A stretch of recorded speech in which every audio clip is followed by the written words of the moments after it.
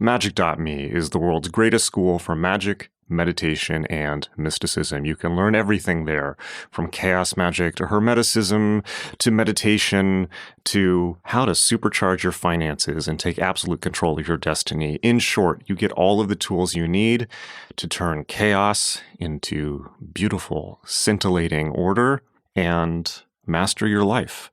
It's incredible. You've probably heard me talk about it on the show quite a lot. But check it out. It's growing fast.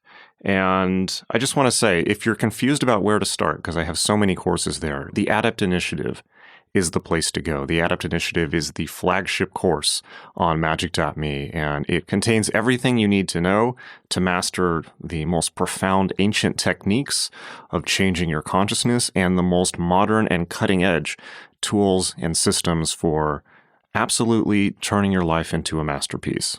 You're really going to dig it. Go check it out, and I will see you in class. It's magick.me, magick.me.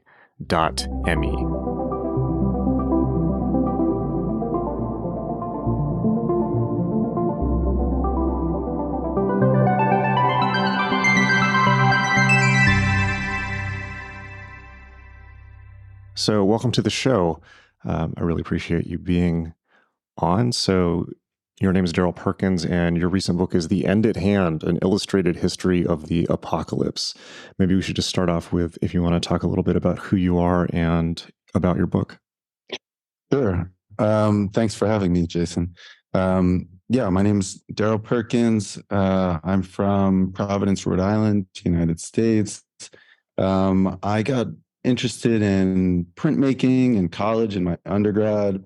And then I got my master's in illustration in Edinburgh, Scotland. And now I teach drawing, painting, illustration, printmaking at American University in Dubai. So I'm talking to you from Dubai right now. And that's where I've been. So it's a lot later for me out here. Okay, thank you. But where I've been, I've been teaching and working with illustration and printmaking, and all of that kind of rolled into one during COVID. Everybody was developing these projects, picking up new hobbies, thinking about new topics, and obviously talking about the end of the world and the plague and everything that was going on during COVID and all of the fears. So I started making art about it and making prints and illustrations about it. That originally was going to be an exhibition of the art prints with maybe little stories that would pair with them. But as it evolved, I became equally interested in the stories as the illustrations. So it kind of organically became a book.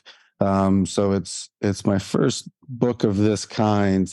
So writing and editing was a fun first for me, but it was really great to see them kind of paired together and turn into a full book.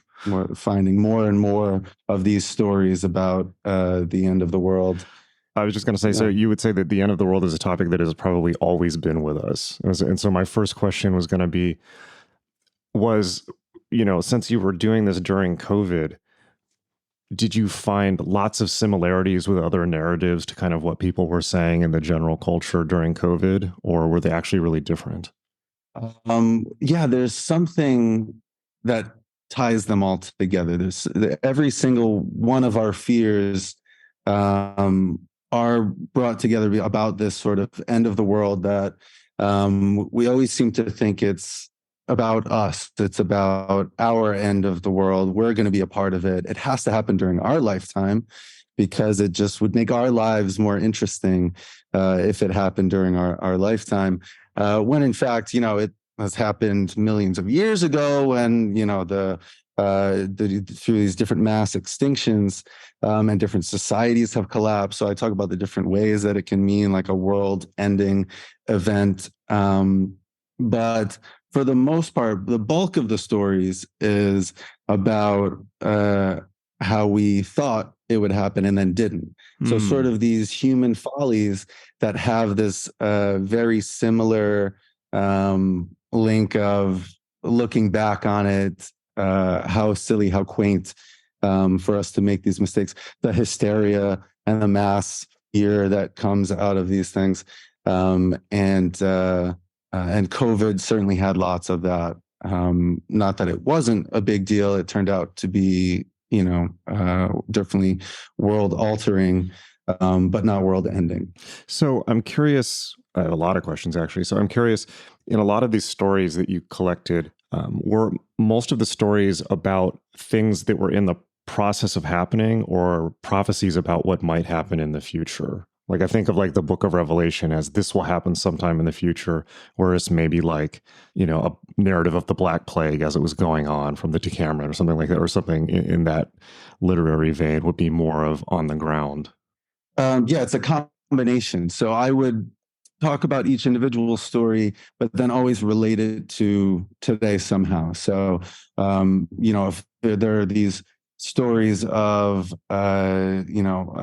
the origins of our fears of zombies and now this zeitgeist of zombie apocalypse. So What is that origin? I don't want to let that one go. What is the origin of zombie apocalypse? I don't want to interrupt you, but that's so interesting. I gotta pull that out. It started in Haitian voodoo tradition. It was so when the French brought African slaves to Haiti, they were worked so hard that a lot of them wanted to commit suicide.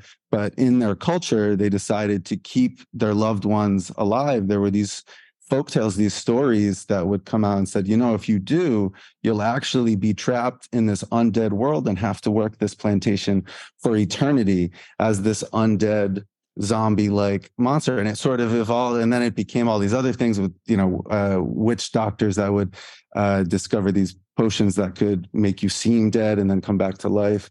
And then I link it to science to think about how it could actually happen, because we are actually altered by bacteria, and there's the fungus that can take over ants, and we have rabies that can make us really aggressive. So all of these things can alter us, but never to the point of an apocalypse. Did you ever read that book, Serpent? Did you ever read that book, The Serpent and the Roe by Wade Davis? It's from the 80s. He was an ethnobotanist who went down to Haiti to find the drug that put people into the suspended animation zombie state. And I've seen him speak actually in New York with RFK Jr. of all people, who's back in the news. But he made a pretty compelling argument that he'd found there actually was a powder that was given that included scopolamine and a pufferfish toxin that would put people in a state of suspended animation, and then they'd kind of dig them up a few days later with brain damage, and then they would be working without a full brain, which is very dark. They later made a movie out of it with Bill Pullman, which was good, but not related to the book at all.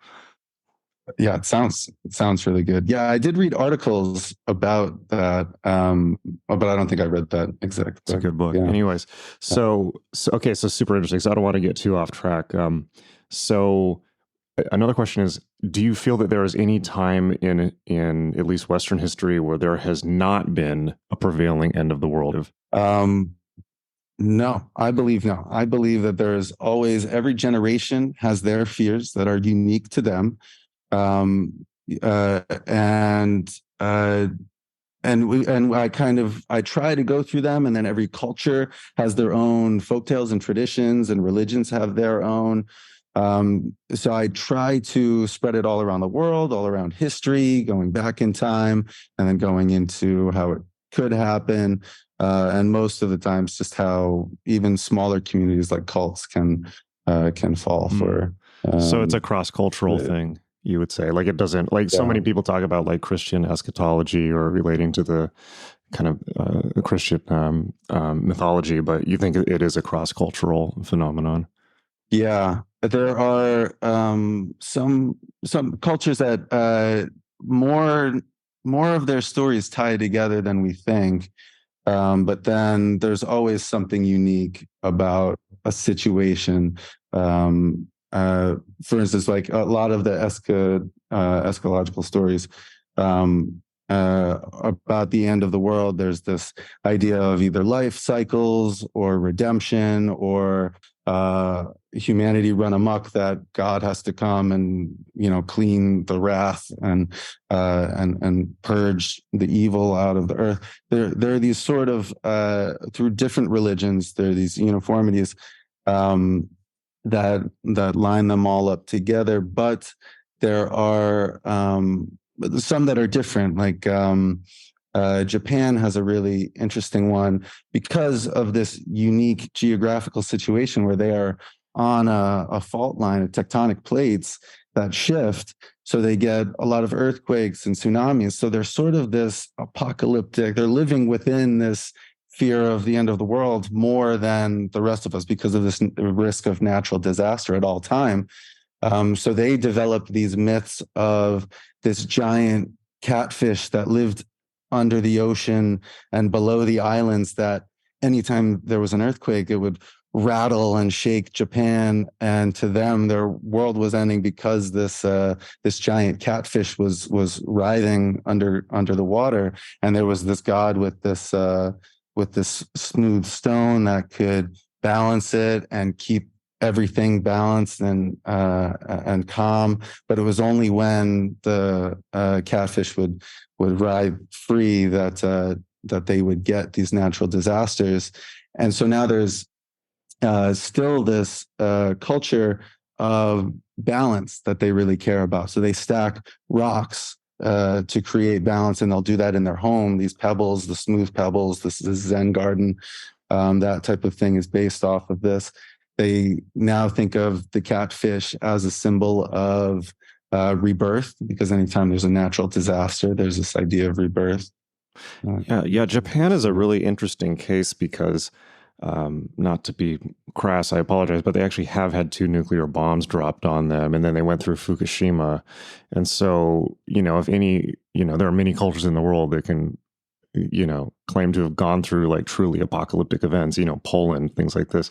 But Japan has been through what when people think about the apocalypse now, the first thing they probably think of is a nuclear war, and they've been through that. And so I wonder, outside of the older mythology, do you have any sense of how that has changed, end of the world type mythology in Japan? I'm thinking of, obviously there's like Godzilla, but then there's like apocalyptic cults like Om Shinriko or whatever that was called, the sarin gas cult in the 90s, the apocalyptic one, which apparently is still going and has people around the world. Okay, really? So talk about that. Yeah. Well, that's another one that, so, I could have done, each of these cults could have multiple books written on them. But I have this one section that's just on doomsday cults. And there's something that happens with people when you can convince them that the world is going to come to an end, that turns out they will have nothing else to live for if they truly believe the world is going to end. So they will gladly give you all of their earthly possessions and donate their entire lives and self-service to whatever cause you want. They might have you work on their farm. They might have you do whatever you want. And in Om Shinrikyo's in that scenario, he was this blind man from the mountains, from the rural mountains in Japan, and he came down and he took advantage of these outcasts but really intelligent college students. If you could see, they weren't great socially. He was very charismatic, as most doomsday cult leaders are, and he convinced them the world is coming to an end. So he ends up getting them to, they're really intelligent. So he ends up having them develop these gas attacks, as well as LSD and all of these drugs that he was really interested in.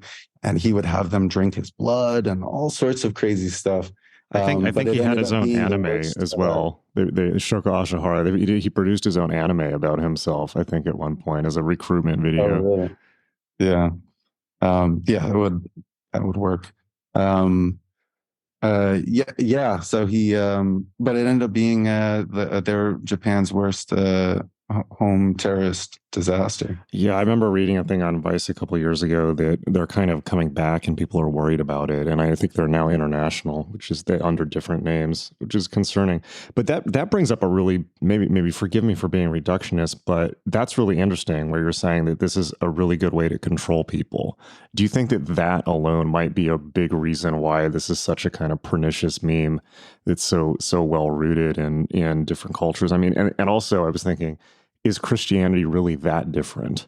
You know, like I used to live in New York or New York and LA. Now I live in Austin in Texas. And yeah, people are pretty apocalyptic, mega church, doomsday, and they give a whole lot of money to these churches. There's some rich mega churches down here. So Mm-hmm. I'm wondering, like what you were describing of Shoko Asahara, it's like, yeah, he's kind of like this guy from the mountains with a long bearded hair. And, he tells outcasts that the end of the world is coming. It's Mm-hmm. how different is that really? Um, yeah, I tried to keep it all in chronological order. So it does kind of go from the earliest doomsday cults all the way to, I kind of cap it off with that it's still happening. You know, it moved up into the modern era where people thought that the Taiwanese group thought that God was going to appear on our television sets because we were all obsessed with television at the time. And now to today, where it's more internet based, but that's another way to control. Like there are doomsday bloggers that get people to say you got to come out and learn these survivalist skills out Oh, in the talk about woods and I don't know about that. human. Talk about that. That's super interesting. There are writers and bloggers that do this as well as so that, that is this own phenomenon, and part of that comes from also a generation of people that, like the Cold War kids, they were brought up on this. So like I said, every generation has their own fear, but the growing up in the Cold War, they were certain that they were training all the time, they were making bunkers. Oh, So those children have, you're kind of talking about preppers in general. yeah, doomsday Okay, got it, preppers, got it, yeah, got it. having Okay. its own culture kind of coming from that. And then QAnon itself, the idea that the storm is coming. So seeing that in the news all the time, that it's going to get people addicted to it, dedicated to whatever cause it may be. But yeah, there's a ton of different ones, and then like you said, sometimes it's wrapped up into a Christian cause, or all of it gets kind of muddied up with So, religion or something else.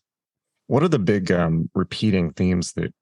But actually, before I go to that, I want to ask you kind of what repeating themes there are you see between them. But before we move on from cults, I wanted to ask you: do you really think there are big differences or not between the doomsday myths of cults and like larger cultural ones? So obviously we have big cultural doomsday myths, like I don't want to say myths, but narratives going on right now. There's always something that's going to end the world, and that is that different from cult beliefs, or maybe not? Are there kind of repeating themes between them? So the larger, sometimes folk tales, and some of the smaller, like cult stuff. Well, I think the difference is in action, maybe. So on a cult, once they're dedicated to they're dedicating their lives to it, it's very different than sometimes, like we were talking about the catfish in Japan. That's almost to calm people, right? So it's more about what it's doing to manipulate people. So if they end up finding these stories as a response to either alleviate your concerns, right? So if it's something that, anytime there's a disaster, listen, this is why it happens, or this is why it will happen. Then it can be something positive for people. Just like the Viking myths, they have these brave, courageous kind of battle warrior gods that once all of them die out and the world ends, it's seen as this kind of heroic. It actually made people more courageous and wanted to live for something bigger. as opposed to some of these smaller cults that um, the cause and the action is more about just getting them to dedicate themselves to your cause, like in a selfish way. If it's just, to donate something to the leader or to a church uh, or to harm others, like in Japan.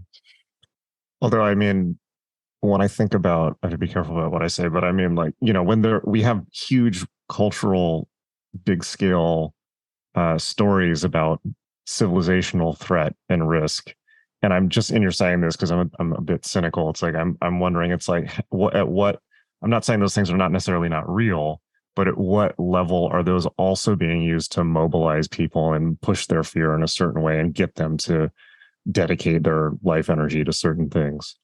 Notice I'm not specific ones, because also fear. Fear is a motivator, and it's used for so many causes. And a lot of people, it's innate, this fear of the end of the world. So if you can capitalize on it, then you can kind of make money off of it. Even in 1910, when Halley's Comet came around, it comes around every 80 years or so. But to them, they were certain. And New York Times ran a story from a professor saying that we have to be afraid of this space dust that is going to come off of the comet when it flies by Earth, and we're all going to die. So people start selling special gas masks, and they're making all of this money off of it, selling elixirs and potions that will protect you, and it was another big hysteria for all sorts of different reasons. Whether they truly believed it or it was just a case of people trying to capitalize and make money off of it. That's maybe both. That's incredible. Yeah, I mean, just in recent memory, I'm thinking back to, like, I'm sure you remember the Y2K thing. It's just like so utterly in retrospect, but people really believe that. People really, that was taken very seriously. I remember it was on the cover of Time magazine and is everywhere. And what was that? That was with the stickers to remember that, to turn back your computers, and there was a lot of fear, and it really, that was a fun one to write about, because it was I remember it, and that's one that we can all kind of laugh at because it just seems so silly in retrospect, and to varying degrees of people being afraid of it, and to this day we still don't actually know.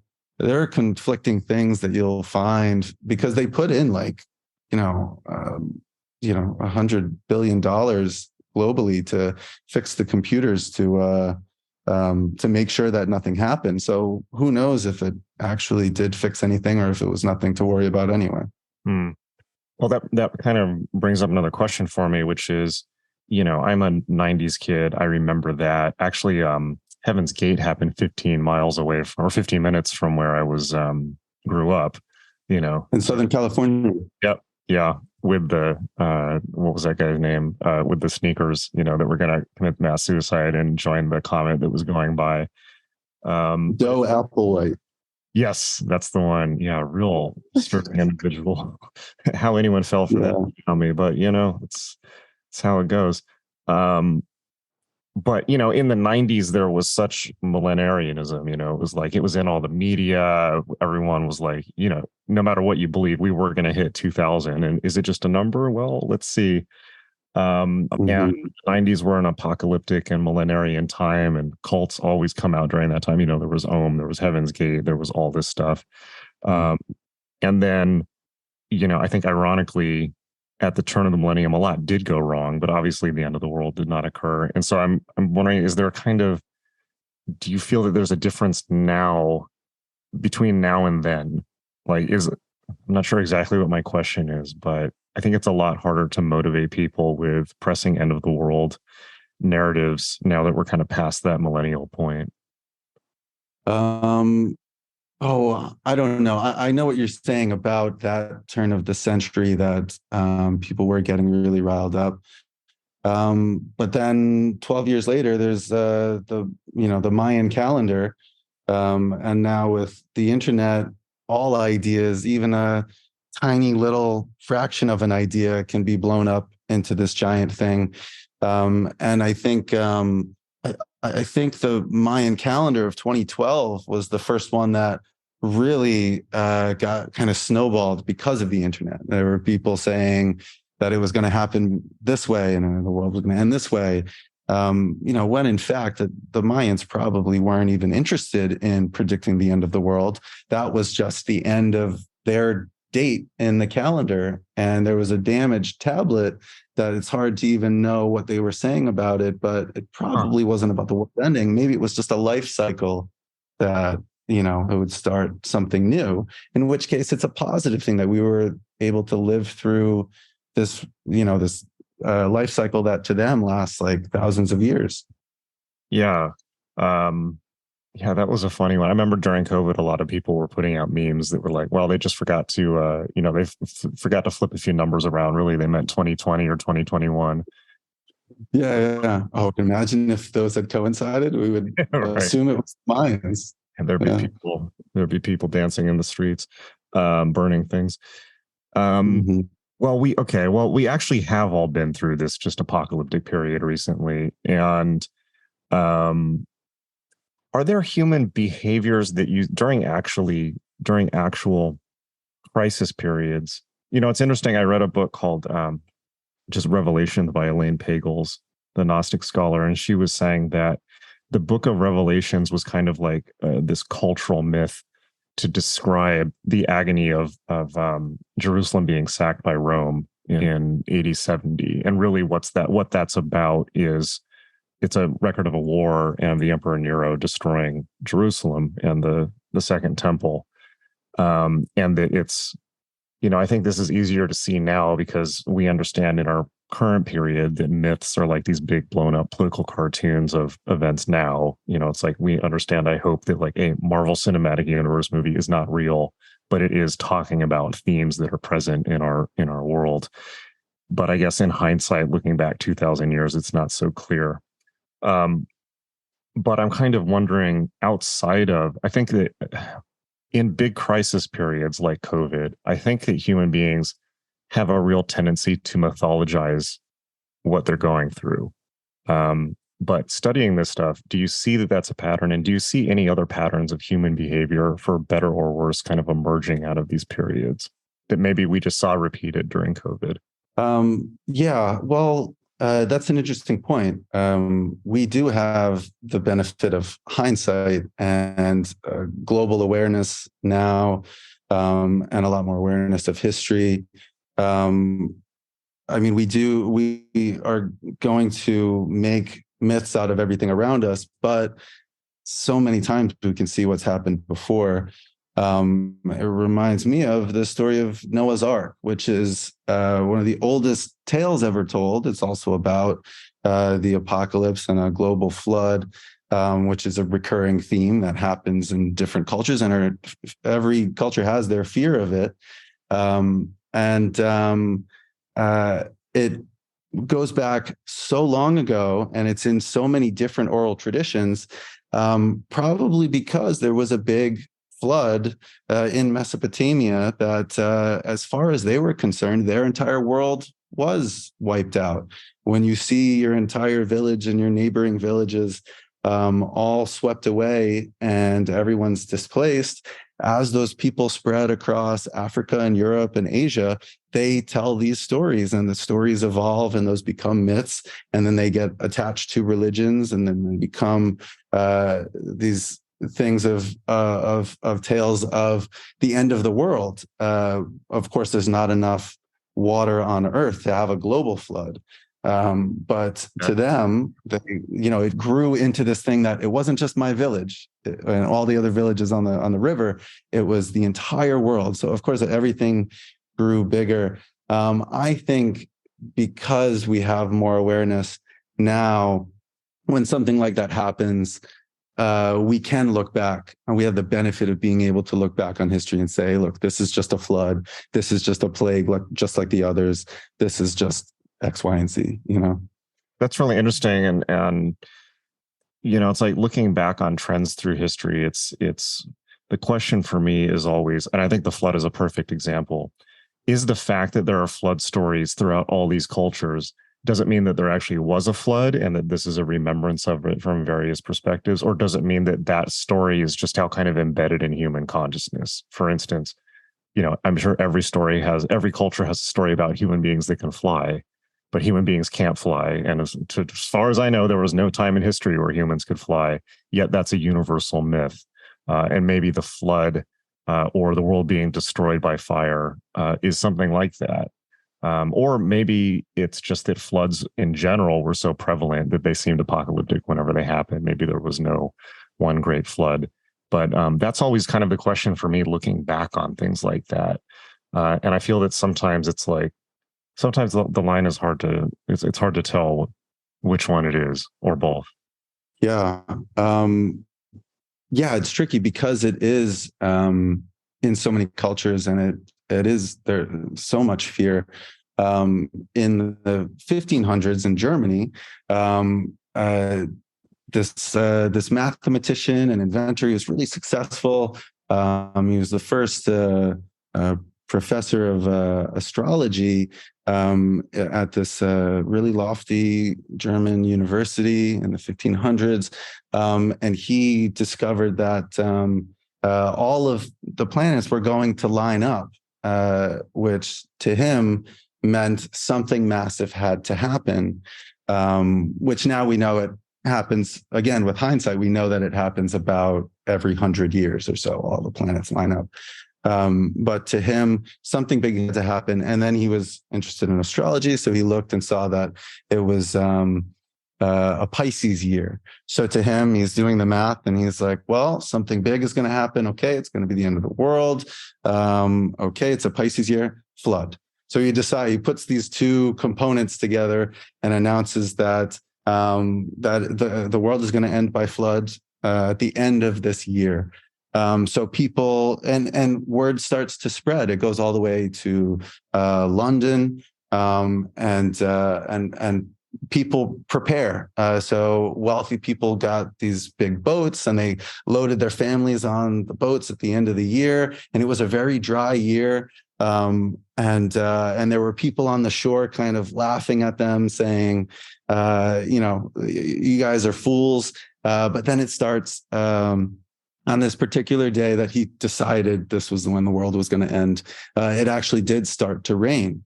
So what happens is riots and hysteria. People were literally heading for the hills in London. So people were running away, and in Germany, people were at this point now scrambling to get onto these boats that they were mocking of these wealthy people, and they ended up killing the wealthy people and throwing them overboard. And there was like 500 people died in these riots. And then of course the rain stopped and there was no flood. And this guy, Johannes Stoffler, he ends up living the rest of his life in shame. He lost all of his credibility. He also is part of the reason that astrology is now not really believed, and it's kind of considered hokey, right? Because we lost our faith in that.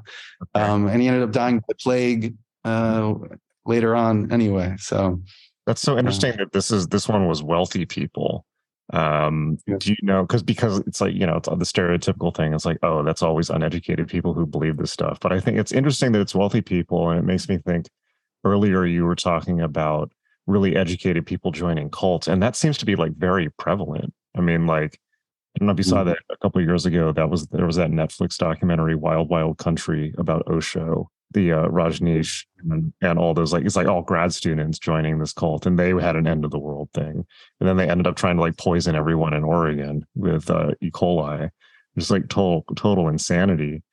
But it's, do you know? Yeah, that was crazy. We were all wearing red and orange and take it to the mountains. Yeah, they're really wilding out. It's like, yeah. Do you know Douglas Rushkoff, the author? No. He's a media theorist. Anyways, I have known him for a long time. I interviewed him on the podcast maybe 10, 15 episodes back. And what we talked about is really interesting in light of what you just said, where he got, because he's fairly well known. He got called in to consult with all these ultra rich preppers who are like kind of like at the Jeff Bezos level of society, and they're all building bunkers under New Zealand and figuring out how to like basically and either get to Mars or have bunkers underground, because in their mind everything's going to collapse and then the rest of us are going to try and kill and eat them. So they're all terrified, and they have all these ex-Navy SEAL consultants. And that's interesting, thinking about what you're just saying, where here it's wealthy people in 1500s Germany. It's like maybe that's a little repeating theme there as well. Oh yeah. It turns out people that have a lot of money, maybe it's that they think they know more than the other people, and they're like, something's coming around the corner, so let me go get my bunker, let me get my big ship when the flood comes. And so that's wealthy people, but then also educated people.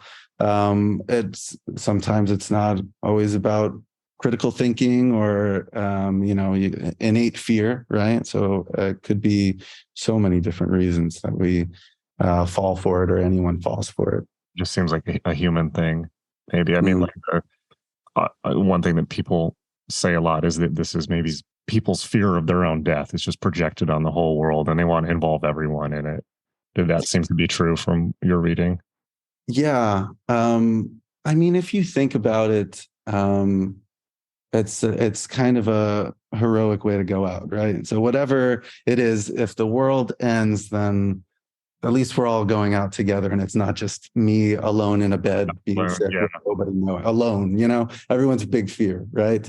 Yeah. Oh, that's interesting. It's like, yeah, because it's like, the real apocalypse for most people is more likely to be either dying of heart disease or cancer, or dying alone in a nursing home surrounded by pictures of your kids who don't visit you. Yeah, not so glamorous. Not glamorous. I mean, I'm sure you've probably been in places like this. I have. It's like very, particularly in this culture, it's very, very sad. So the idea of nobody wants to die alone, I feel like that's way worse than some big end of the world scenario. Yeah. What would you say that the craziest end of the world story you read in all of this was? The craziest. I mean, the doomsday cults are really out there. They're really wild. And the more I was looking into them, the more I was like, oh my, and there were just more and more coming out. I do really like the Stoffler's flood, the hysteria in Germany from the 1500s I told you about. The one that I would say stuck with me the most, though, that I still kind of think about, it was one of the last ones that I added to the book. In the 1960s, was the first time that we started to be concerned with this idea of overpopulation. This guy, Dr. John Calhoun, starts doing so it was the global population had just hit 3 billion people, which seems quaint to us now at 8 billion people. But at the time, it's doubled since then, though. That really wigs me out. But yeah. Yeah. But to them, it had just, tripled. At the turn of the century, I think it was about 1 billion people.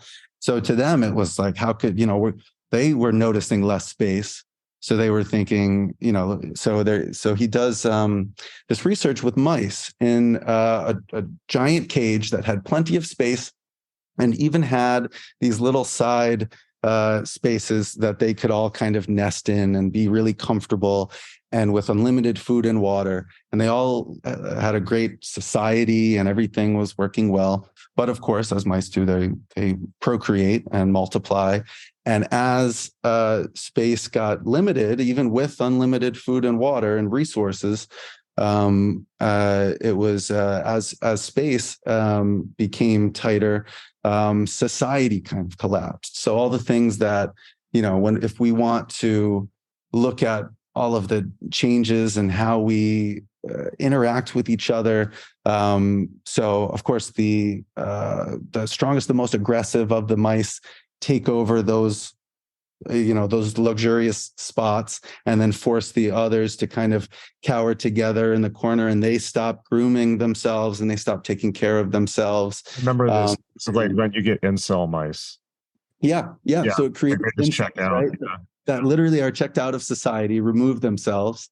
Mothers stop nesting and nurturing their young, so that even when there are new young, those don't know how to nurture. So then it's not taught. So now it's a whole generation that don't know how to really live with each other. So even once they reach maximum capacity, which we as humans are kind of at maximum capacity, and we actually expect the population to start going down soon. So with the mice, even once the population was going down, they had already lost all of their societal skills of taking care of each other and taking care of themselves. You would think that once there was better space, they could kind of level out and everything would go back to normal. But it was wrong. It's called behavioral sink, is that once society's ruined, it all just kind of deteriorates and they all ended up dying out. Calhoun, so people start freaking out and they're saying, this is what's happening, and so anytime I see these videos of people bumping into each other on a plane and it turns into this giant eruption and all of this, and the way people treat each other in traffic and in cafes, all of this stuff, I always think back to this one research about it and this one fear that came from overpopulation and this fact that we're kind of losing our decency, our thought of caring for each other and considering each other as humans, just the way the mice were. What is the thing about people being at max capacity? Is that's something people are saying now, that the population is going to start going down? Yeah. So even they talk about people aren't having as many kids. You don't have as much to provide for your kids. There's not as much space. So couples are deciding to not have children. People's fear of the environment collapsing. They don't want to bring children into this world that's collapsing, all of that stuff. So they do expect the population to start going down. Is what I read. I think that's only in the U.S., Europe, and Japan, though, from my understanding. I mean, it depends on where you are in the world. I mean, like China, its middle class is exploding, and I wonder if that actually has to do with there not being enough. Because from my understanding, it tends to be the opposite, where the poorer people are, the more kids they tend to have, just because there's more people to take care of them, spread work out. And then also in countries where there's not good medical care, there's a chance that half of them are going to die. So I have read that as economies improve, access to healthcare improves, actually the childbirth rate goes down, as opposed to the opposite. So I wonder, I'm not sure that's a global phenomenon. I think it may just be in the super developed parts of the world.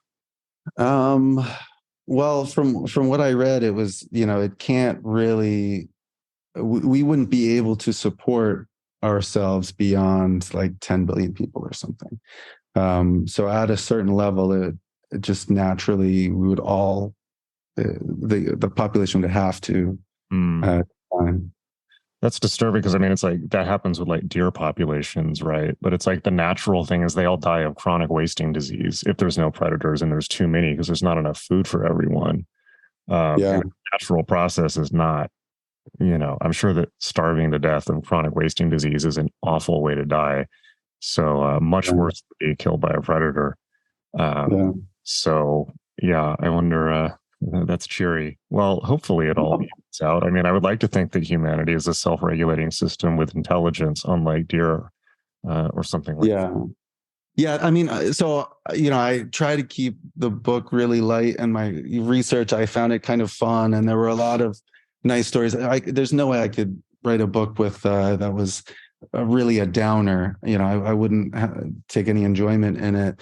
But that was the only one that kind of stuck with me. But even at the end of that, there's the positive note of, when his research came out, that everyone was freaking out, and he was saying, you're interpreting this wrong. This is research and he was saying this in the 1960s, saying, actually, we need to start treating the human stresses that happen when there's overpopulation, when we have less space and less resources, and we're cramped together.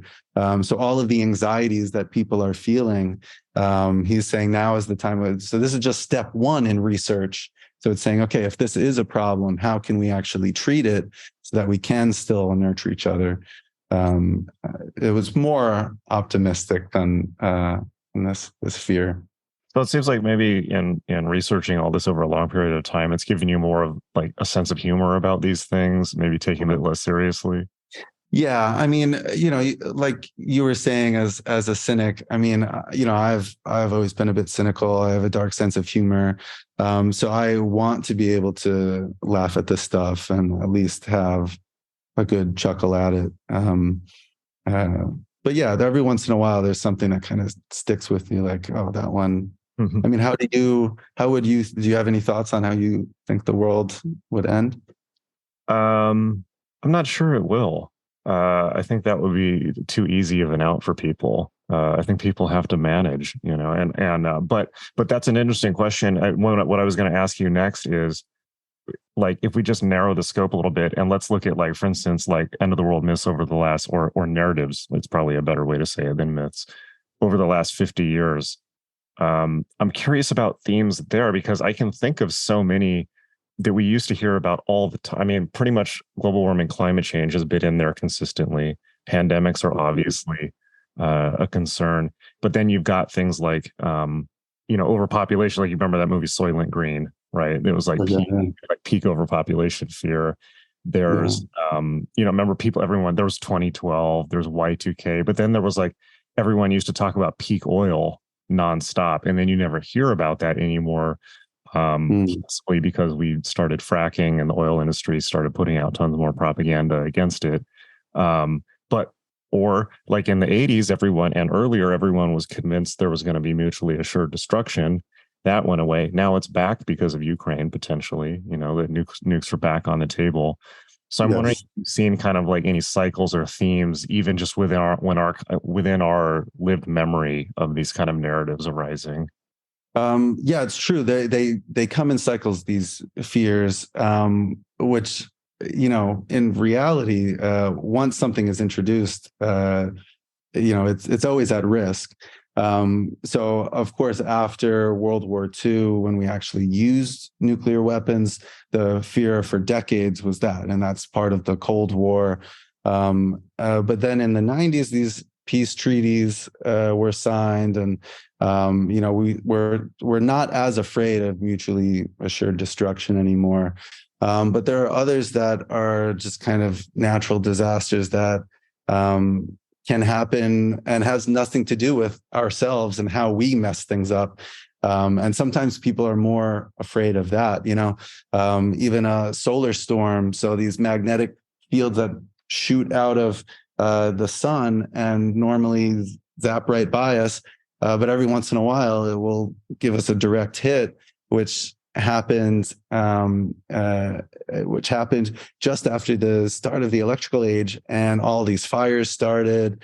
And it was this, there were these beautiful visions, basically aurora borealis in the sky. But it messed up and would knock us back into a pre-electrical age. We'd have to reset everything. And they're dealing with this with electrical grids, trying to prevent it if we get hit with it. But that's something completely out of our control.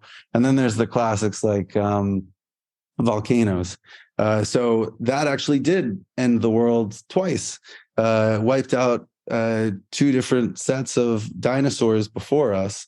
And there are 20 super volcanoes with the capacity to wipe out Earth on the planet, and we're overdue for a super volcanic eruption. It happens every once in a while, and will mess up.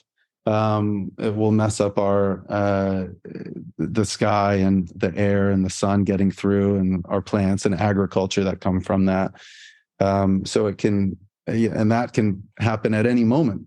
So I think those fears kind of get lost because they don't go away. Yeah. Just like we've kind of gotten used to the idea of nuclear holocaust. But because now it's all the rage is artificial intelligence. Right. Yeah. Yeah.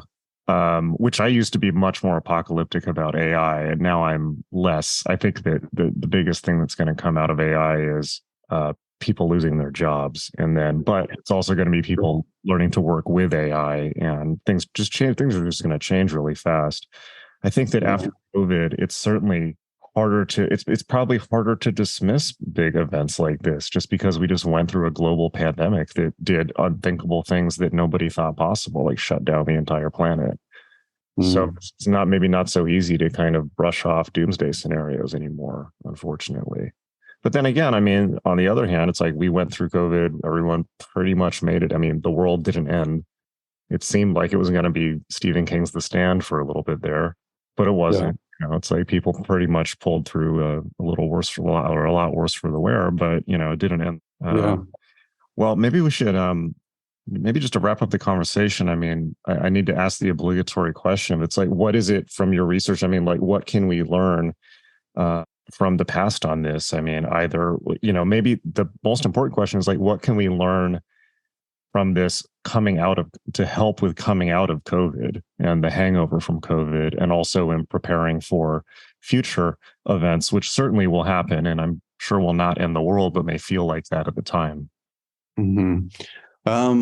Well, on an optimistic note, we are more prepared for these things than ever. So all of these things that could happen, even the ones out of our control, like solar storms and volcanoes and all of these things that could wipe us out, we're in better shape. We're more prepared than the dinosaurs, that's for sure, right? And as far as the issues that we've done, that we've caused, like, you know, running out of or using up all of our resources and the environment and artificial intelligence, those things, I mean, we are more aware of that. So even what you're saying about not being as concerned with artificial intelligence as maybe 5 years ago, before it really, you know, we were able to see what it was capable of. But you know, we are planning. So you know, it's one of those tools that, you know, if we, just like most tools, and normally we make a tool and then we figure out how to use it, but we really need to, with artificial intelligence particularly, we need to know how to use it and control it before we unleash it thing. um, so we're just more prepared with all of these, with all of our fears, overpopulation, anything that, you know, if someone were, because I know there are people that are kept up at night over these concerns, and we can't let it stop our living, our daily life. But there are ways to be prepared and to consider taking care of the environment and to change things and make things better. And remember that even when someone bumps into you on a plane, that, you know, it's they're a human being too, and they're also uncomfortable and packed like tin can, like sardines in a tin can. So all of those fears, we just need to be more conscious of it, and we should be fine. Yeah, I like that. I think if anything comes out of COVID that's positive, it should hopefully be more of a sense of everyone being on the same page together and in the same boat. And pretty much everyone had to go through the same thing during COVID. And Mm. all kind of a little bit twitchy and messed up because of it in similar ways, I think. Um, Do you and feel like it united people because we all had a similar experience, or no? Because we were all doing it separately. We yeah, were because all everyone was quarantined. isolated. But I think Yeah. that a sense of on the tail end of it, you know, if anything, everyone was at each other's throats, you know, particularly here. Yeah. Um, Yeah. but I think that if anything positive comes out of it, it's maybe um, uh, it will hopefully be in hindsight a realization that while we all thought we were going through an individual hell, we were actually all doing that together, which is kind of such a beautiful metaphor for life in general. And that we need to be more think of ourselves more as a I mean, we all had a shared experience, even if we went through it alone and felt alone at the time. And we need to be able to think of ourselves as a species if we're going to um, handle things like artificial intelligence or the next pandemic, or a super volcano or whatever it might be. So I hope that even if it was awful going through it, I hope that there's positive takeaways on the other side. It's kind of what I'm saying. Oh, sure. Yeah, yeah. Um, yeah, good things do happen. I mean, we're probably too close to the pandemic to really know some of the positive things that came out of it, but there's got to be a few things that forced us to, maybe reconsider how we work, right? Working from home more and being able to do this video chat that maybe we have more experience with it now. All of these different things that come out of it. I mean, there was a super volcanic eruption that it basically caused crop failure in Europe. So people had to kill and eat their horses, so they didn't have transportation. So it forced them to invent the bicycle. So there are these weird things that happen out of tragedy and out of these world shaping and world ending events. Yeah, it is. I mean, I do feel that we are in a completely new world now, particularly because of the disruption of the idea of working in an office. I mean, and the merger of home and work, which was always the case for me, or I think probably a lot of creative people were already in that zone. But for the whole world now to be, basically all of our socialization is now on the internet, and not just social media, but also face-to-face communication, which is kind of intense. There's good things about it. There's a lot of bad things about it, but yeah. Anyways, well, that was a great conversation. Where can people find the book and find out more about you? And do you have any new projects coming up as well? Yeah, you can find the book online. It's online everywhere. I'm sure it's on Amazon, and you can get it free shipping internationally on Book Depository. If you're international, it's in bookstores too. I've got some ideas I'm tinkering with, and mostly getting back to exhibiting and doing some art shows. But I have some ideas for a next project that I'm really excited about. Before I forget, one thing I did want to ask you though is, since you're teaching, have you noticed a big difference in students post-COVID? Kind of coming back to, are you teaching in person, or is it all on Zoom? I had to do it all on Zoom, and teaching art on Zoom is not ideal. I mean, these were college kids they had to be, my heart goes out to their parents, because they're probably at home, with charcoal and paint and ink and everything, making a mess everywhere, and trying to figure it out on their own, because they weren't in the studio and I couldn't teach them in person, like physically show them. So that was really a challenge, but we all got through it. And I would say now that they're back, I think, there's always some lingering effects. I think people maybe lost some attention span, because they were stuck online and on screens, and they can be so distracted, and there can be some lasting effects. But I think it will get back to normal, and hopefully. I think it's probably worse. These are college kids, so it's not too bad, but I worry about younger generation, like more developmental kids, that they might have some lasting effects. Yeah, it may take us 20 years to see what the effects of that were. Yeah. Oh. Well, on that cheery end of the world note. we should have ended with something better, something happier. Well, I'm open to better, more positive endings. I'm out of stuff on my side. Okay, it's all going to be fine. Well, how about that? Okay, perfect. I agree, and I think that if anything, COVID shows that, despite how awful it was, I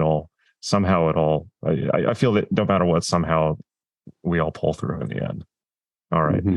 That was a great conversation. Thank you again for being on the show. Thank you.